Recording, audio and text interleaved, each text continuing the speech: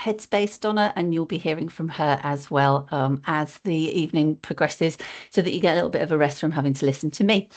So Mental Health Matters is a national mental health charity, and the purpose of our charity is to provide innovative and life-changing mental health support for individuals and their communities.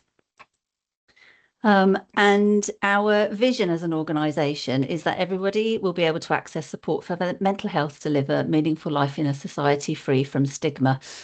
Mental Health Matters is a national mental health charity. We are celebrated our 40th birthday fairly recently, so we've been around for a little while, and we operate services across all of England, kind of across the four corners of England, and those services include helpline services, talking therapy services, employment support, both community-based employment support and linked with our talking therapy services. And we also have a number of safe havens and crisis cafes. And down in Devon, it is a Crisis Café offer in the contract that we hold that covers all of the patch. The Crisis Café services in Devon are called the Mooring for Devon and Torbay, and then we have Headspace in Plymouth. So in terms of our offer, what we want to do is provide a safe and friendly and non-stigmatizing environment for people to be able to come in and be met wherever they are in their own personal journey, to explore how they're feeling and to understand what's going on for them, and to know that they can be listened to and heard in an environment where they can feel safe and supported to do so. We are open year round, including weekends and bank holidays. A large part of our service offer is that out of hours option, and being available for people when perhaps other parts of their support structures are kind of closed for the day, in that sort of 9 to 5 kind of regular service offer. We are actually there often when other services are not, and that's a large part of where we kind of try to sort of fill a gap for people, I guess. We are a service for 18 plus individuals, and we support people who are experiencing some kind of emotional distress, or perhaps are feeling anxious or overwhelmed, or are concerned about a deterioration in their mental health, or might be feeling as if they are sort of beginning to dip towards a mental health crisis. We want to be there to provide support for those individuals to find a way forward, and to work through whatever it is that's going on for them. So we work in 4 quite small teams across the Devon footprint. So we do cover the whole of Greater Devon. So we provide services across all 3 local authority areas. But as we know, that geography is very large, and unfortunately we don't have physical sites all over Devon. We have the 4 main ones. So we have a service based up in Barnstaple in North Devon, we have Exeter, Torquay, and then in our Plymouth area, as you will hear a little bit more from Donna, the service down there actually operates across 3 different sites on different evenings of the week in Plymouth.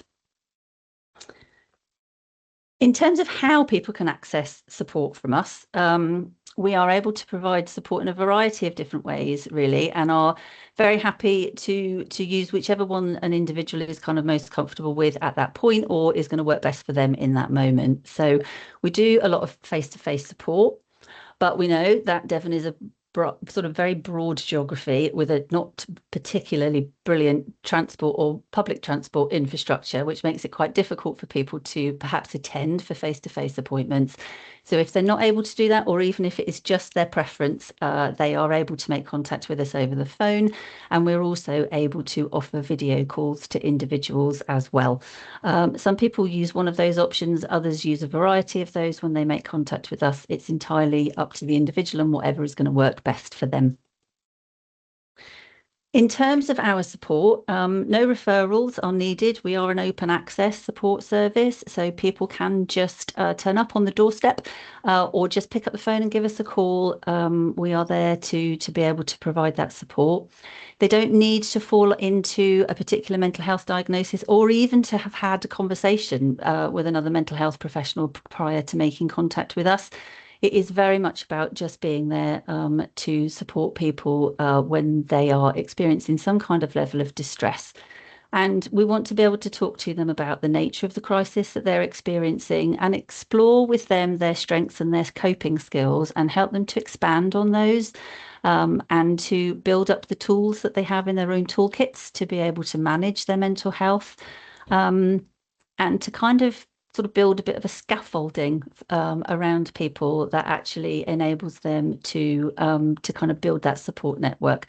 A lot of what we do is also about looking at signposting to other services that might be able to support. That's both across statutory and community sectors, and looks at all any of the issues that an individual might be facing. So it could be that they are in need of some housing advice, in which case we will look at providing them with signposting to suitable services to help with that.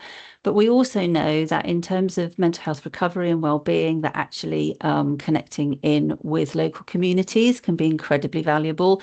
So a lot of what we do is also talking to the individual, finding out actually what works for them, what their sort of aims and goals are in terms of managing their own mental health, and try to be quite bespoke in terms of the signposting and the support that we offer. So it might be that somebody is wanting to find out about a local walking group, or where they might be able to go to do something that is craft based. We want to try and find sort of that kind of localized information for people, so that actually there are things that feel as if are relevant to them as an individual, and we do our best to try and find things that are available within their local communities to support with that. We do also help people to produce safety plans and staying well plans. Some of those plans are kind of ones that are put together that are sort of looking at a kind of a longer term sort of support, and can kind of be something that they can return to time and again to kind of remind themselves of the things that they know kind of work well for them. But we also do sort of shorter term safety planning. So actually it might be that we are talking to somebody about how they manage to get through the rest of that evening until they are able to kind of access whatever the support is that they have available to them the following day. So some of it's very short term and kind of almost sort of the next few hours. And we also look at kind of that broader safety planning with individuals as well. So the way that we work, as I said, we're open access. So that means that we don't hold caseload. We don't caseload manage individuals that come into us. It's very much about people kind of coming to us when they feel as if they need to. And we can kind of act as a bit of a bridge, I think, between clinical services and community services, because we kind of sort of almost have sort of a foot in both sides of that bridge, I guess, in terms of the fact that we work very closely with our clinical and secondary care colleagues, as well as things that are happening in the community. So that means that we are able to provide information to individuals about the mental health system and the landscape and how that works and what their experiences might kind of look like, and how to kind of navigate their way through that. But we also try to provide some support to our clinical colleagues to provide them with some information about things that are available in the community as well. So we can kind of act as a bit of a conduit in both directions for that information. And as an open access service that does quite heavily rely, therefore, on people kind of coming to us and accessing us, we do recognise that actually that's a big step for people. It's a big thing for people to kind of turn up on the doorstep or to pick up the phone and give us a ring. So we are happy to accept requests from people for us to attempt to make a kind of an introductory sort of call out to a person.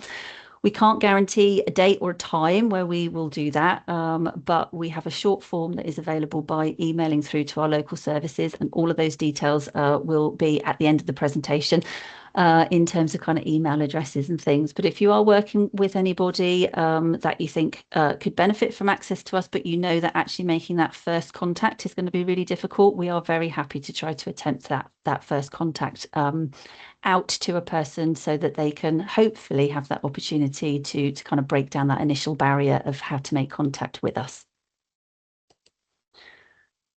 So in terms of the kind of urgent and emergency care system, we can be an alternative to A&E for people who don't actually need a clinical assessment.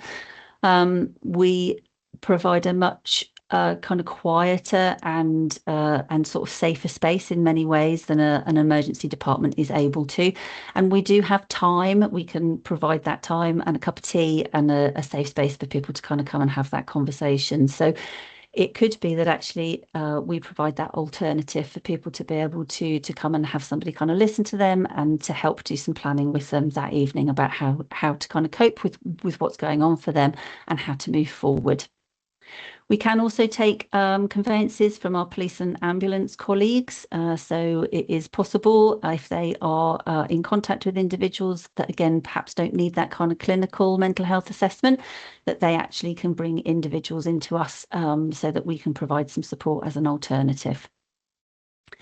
And we also encourage warm introductions from any of our colleagues across all sectors for them to bring individuals in to meet with us, because sometimes, again, that can be another way that's really helpful to break down that initial barrier from coming in to meet us.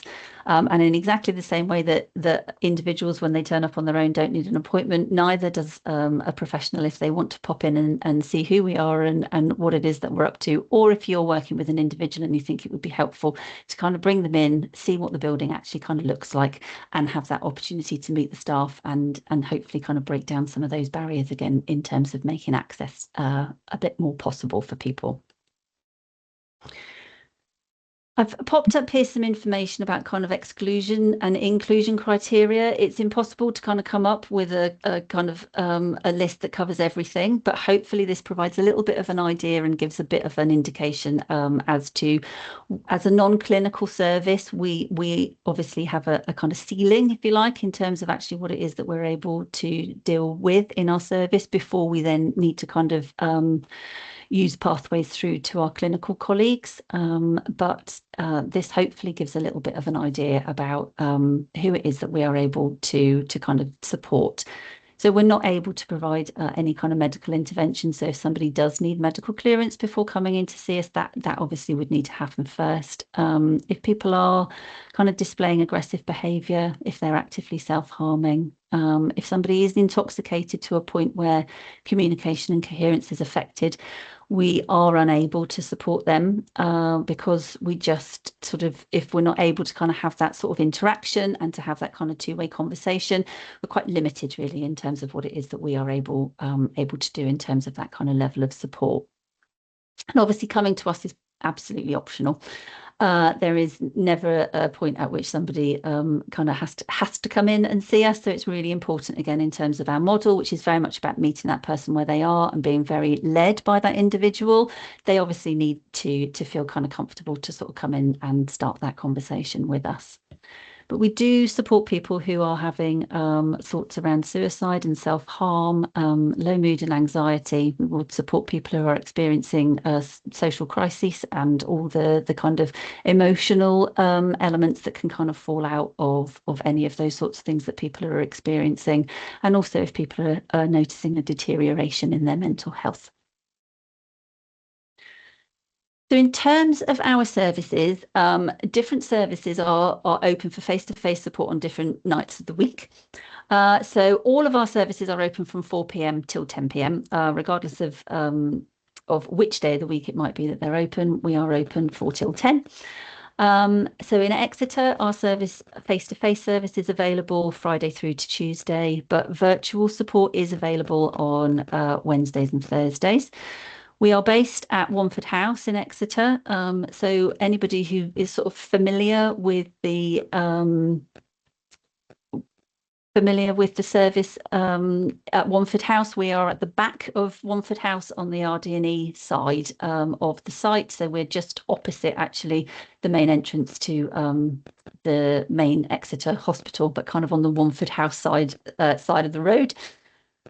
We have a very lovely service that is bright and airy, and although it is on a hospital site, we try to make sure that it doesn't look like a clinical space for people to come into.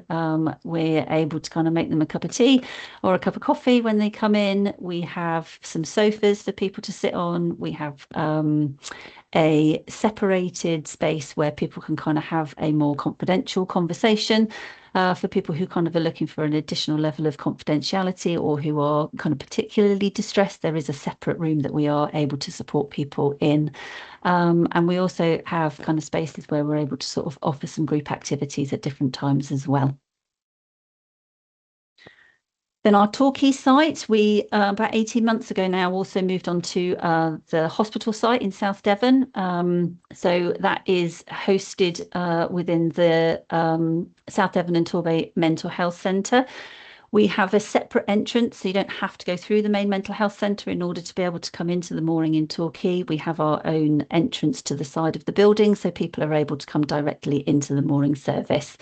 Our service in Torquay is open for face-to-face support across 7 days of the week.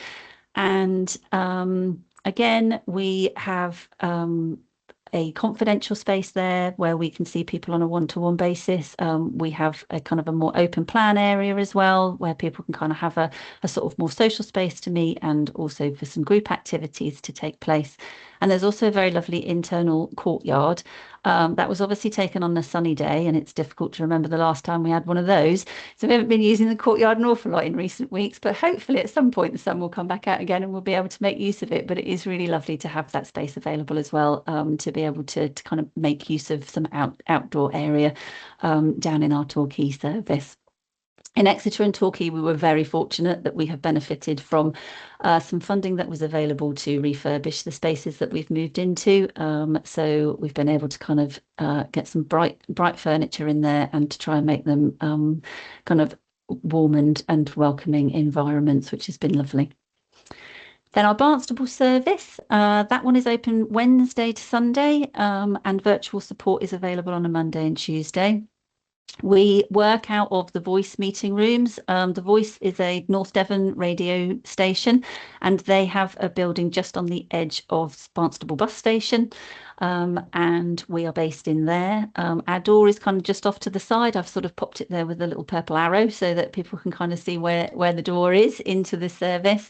And we operate in Barnstable out of 2 main rooms, which does also allow us to make sure that actually if somebody needs that additional kind of level of confidentiality, there is a separate space that they are able to kind of go and access in our Barnstable service as well. As I mentioned earlier, we are partnering on our new contract with Colebrook, who provide the headspace service in Plymouth. It's been lovely to kind of have them come on board, and for all the services across Devon to kind of be wrapped up together in our one contract that has been running since the beginning of October. But I will give you a little bit of a break from hearing from me and pass across to my colleague Donna, who is the manager for the service in Plymouth, and she will tell you a little bit more about what happens down there. Hello, everybody. I'm sure you'll want me back in a few minutes after listening to me rattle on for a bit. But so we are based in 3 locations around the city, at Whitley, out at Plympton, and then in the city centre. We are open 5 nights a week. Again, between 4 and 10 p.m. In the evening. We offer a variety of support in the same way that Mental Health Matters deliver their service across the rest of Devon. People are able to pre-book appointments and come in. We also have a cafe space open on a Tuesday and a Saturday evening, which are very well attended. When people arrive at our service, we do complete triage with them. So we just collect some basic information for monitoring purposes, and also just asking some health and safety questions to ensure that the person that's accessing the service is safe to be there. Sorry. We support people, as I say, face to face or over the telephone. We don't do very much kind of online support at present, but we are open to that. That is something that's not really been pulled on for our services down here in Plymouth. We keep our appointment line open on the days that we aren't open as well, so that people can access and book appointments for later in the week. On the nights that we aren't open, our service is automatically diverted to mental health matters in Torquay or in Exeter, depending on the night. We have worked alongside site liaison up at the hospital over the last couple of years. We had a worker that actually sat alongside the service up there and were able to be that conduit, if you like, with helping clinical services and community services. I don't know what else to say. Sorry, I'm really nervous. I'm not very used to doing this, so I do apologise. So yeah, I mean, the details are on there. If people want to make an appointment, they can give us a call and we can arrange for that to happen. We are, as I say, we're based in three separate locations around the city to hopefully give access to people in different, thank you, in lots of different areas. Yeah, I don't know what else to say. I'm sorry. No, that's all good, Donna. Thank you very much. You've done a fab job. Sorry, I feel like I've raced through that. Sorry. Oh dear, I know these things are always really nerve-wracking. But thank you, Donna. The other thing that we have got running at the moment is our winter warmer drop-ins. So this is an opportunity that we had some additional funding available through DPT that has allowed us to partner up with the Devon Mental Health Alliance. At the moment, those are just sort of to cover through the winter periods. They started in December and will run through until the end of May. Devon Mental Health Alliance, as you may or may not know, have a number of mental health drop-ins that run in the daytime hours across Devon, all of which are kind of shown on the map there. We are running an additional 3 that are running in conjunction with Mental Health Matters. So we are co-running one in Barnstaple, one in Exeter, and another one down in Paynton. So it's been a really lovely opportunity to kind of work more closely with our Devon Mental Health Alliance colleagues. And I've just popped the website address on there where you can get information about the co-run winter drop-ins, but also all of the other mental health drop-ins that are run by the Devon Mental Health Alliance as well. So then in terms of kind of giving you a bit of an idea, I guess, about scope, I won't read through all of these, but it does give you a little bit of an idea about sort of the numbers that we see coming through our services. So 1,949 new people found us in the sort of 24-25 financial year, which led to nearly 21,000 contacts. We do provide people with that alternative from attending A&E and also from kind of making calls out to our emergency services colleagues. And we do help to kind of prevent people from moving further into crisis. And then I wanted to kind of finish off the presentation really by providing with some information from the people who actually use our services, because they really are at the centre of what we do. They are the most important factor. They are the reason that staff turn up day after day, is to actually kind of provide support to people and to try to make a difference and to ensure that people actually have access to that kind of safe space and a non-judgmental warm response when people are kind of in most need of it. We're very fortunate that we have some lovely feedback that people give through to us, and it's really not unusual for us to perhaps get an email or a text message that comes through either later in the day or the following day from an individual to kind of actually sort of say thank you for the support that they've received, which is just, it's lovely. It's a wonderful thing for us to kind of be in a position where actually people take the time to kind of say thank you for the support that we've provided. And that happens because the team do a fabulous job in terms of providing that support to people who kind of make their way through to us when they are in need of some of that support. And we also have a little bit of feedback. We have an audio clip from a service user, and then we also have a video clip. So I will let you hear from the people who are absolutely at the core of what we do.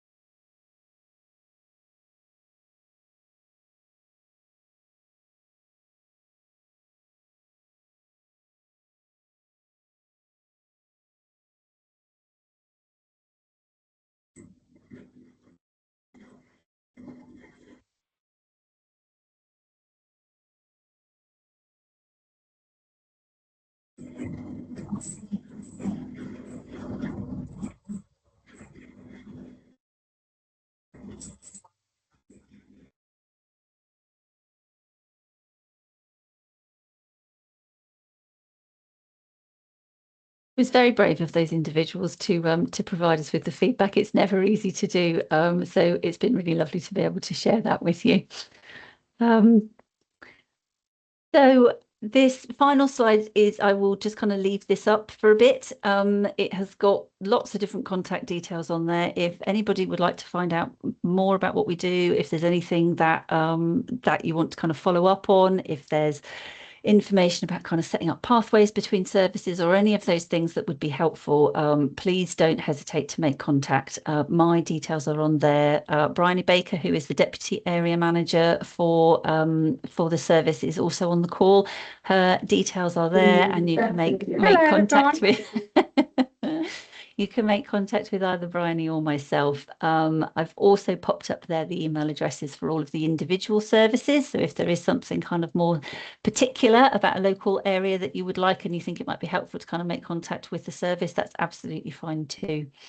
The Moorings has got a website, so that is there, and Colebrook's website is also up there for you. And there is a Facebook page that we use to kind of advertise new things that we have kind of going on, bits and pieces that are kind of coming up. I know not everybody uses Facebook, but it is also a useful kind of space to go to find out a little bit more about what's kind of happening and what we've got upcoming in all of our services. So that's kind of the end of my presentation. So at this point, I think we will kind of open up to see if anybody has any questions for any of us at all.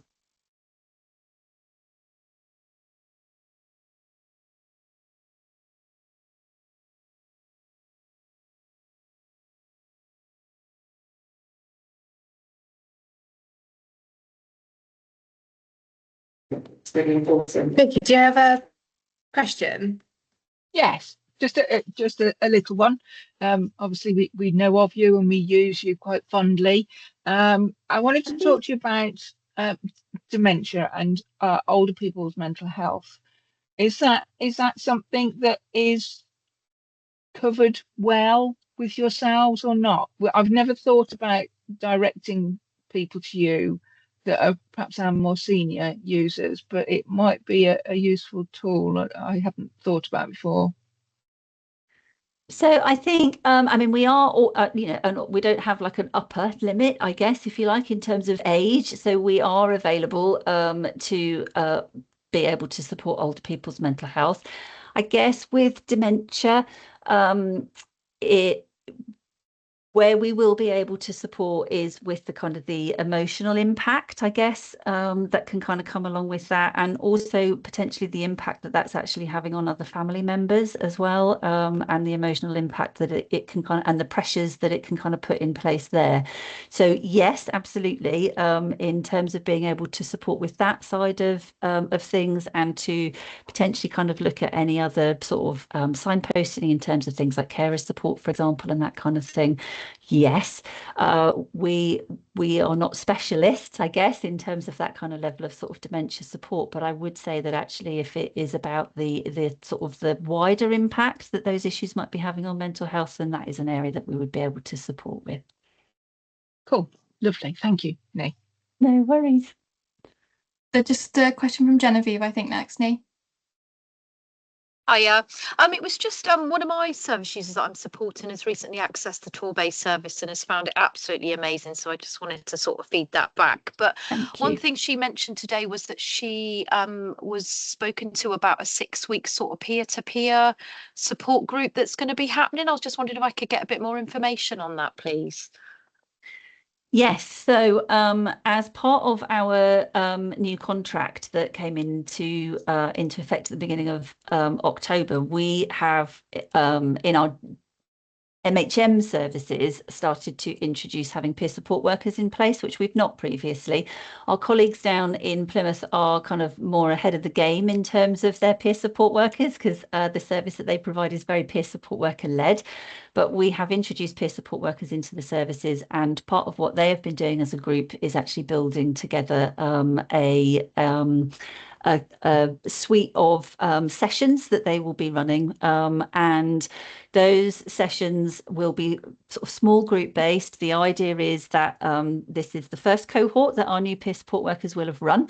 So they will run this course, but the idea is that they will take the learning from that and kind of look to develop. But it is something that we will then be looking to kind of run on a reasonably regular basis as we kind of go through.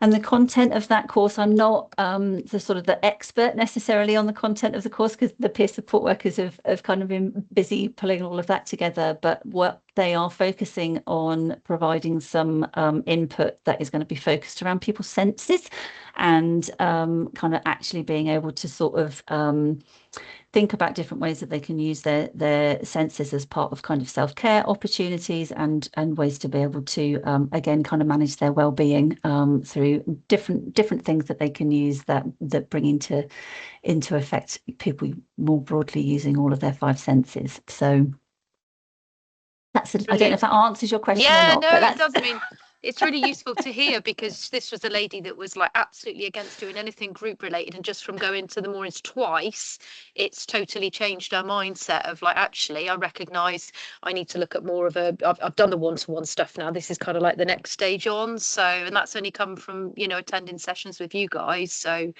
yeah, it was really useful to hear about it today, and I said to her, I'm going on a meeting tonight, I'll find out a bit more about it. So that's really useful, thank you. You're welcome. That's really lovely feedback as well. Thank you. Thank you. Yeah, thank you, Genevieve. I think David was next. Yeah, hi, thank you. No, thank you to Donna and Nee for the presentation. I've worked obviously with you, Nee, for quite a while now, and I found the night really interesting and have learnt so much more.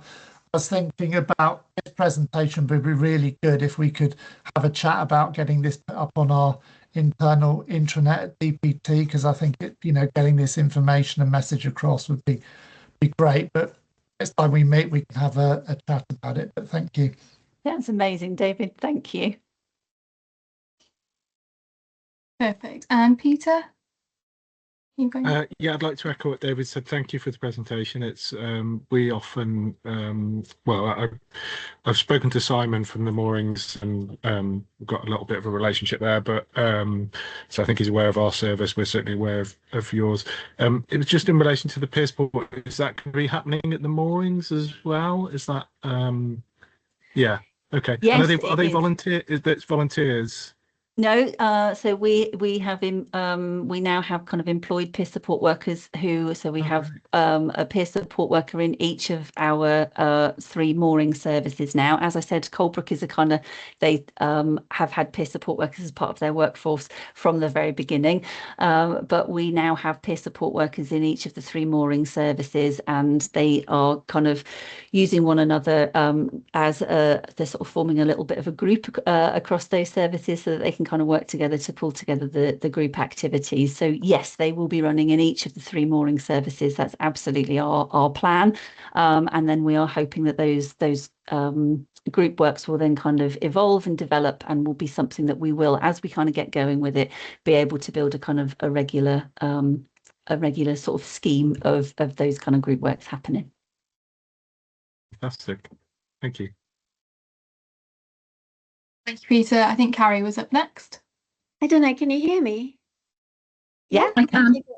I've got a few clients who they are basically in a poverty trap and lonely. So it's very hard to give them a formal therapeutic connection, but is it appropriate to send them to the cafe? Yeah, absolutely. Or is it okay just to be lonely and a bit down and a bit stressed? And Yeah, absolutely. I think the impact of loneliness on people's mental health can't kind of be underestimated, actually, and being able to kind of provide those opportunities for some of that sort of human connection can make a really big difference. We aren't sort of set up, as I said, we kind of don't caseload manage people, so we're not necessarily kind of able to support people forever, if you like. The idea is about trying to sort of support people to find other ways to be able to connect into their local communities. But absolutely, loneliness is a big issue for people, and we know that it has a really significant impact. So yes, it's absolutely fine to signpost people in our direction for that. okay, brilliant. Thank you. Oh, Peter. Sorry, feel like I've got to do my plug now. I know this isn't the forum, but No, I go don't know ahead. if you're within the EX1 to EX17 area. The transitions project that I work for covers that. We run lots of free workshops for people over 18. In terms of loneliness, social isolation, that is absolutely the area that we work in. Obviously, one of the workshops we run with the Moorings, so it's not completely what's the word? You know, I'm not trying to sell you a different service. It's a partnership, but certainly I don't know what area you're in. I'm in the top within left that area. So I'm afraid we don't do Torbay. Sorry. Yeah, well, there we okay. go. Thank you, though. Apologies. No. Everyone, were there any last questions? I'm all good. No, all good. Fabulous. Well, thank you everybody for coming. It's been a lovely webinar. Yeah, so just to reiterate, if you do need a certificate of attendance, or do just drop me an email, and I will also circulate the presentation, slides and recording. Hopefully, I think it's going to be a massive file, so do bear with me in figuring that out. But you will receive either the slides or the presentation. But I hope everybody has a lovely evening. Thank you so much for coming. Thank you. Thanks very much for your time, everybody. Thanks. Thank you. Bye.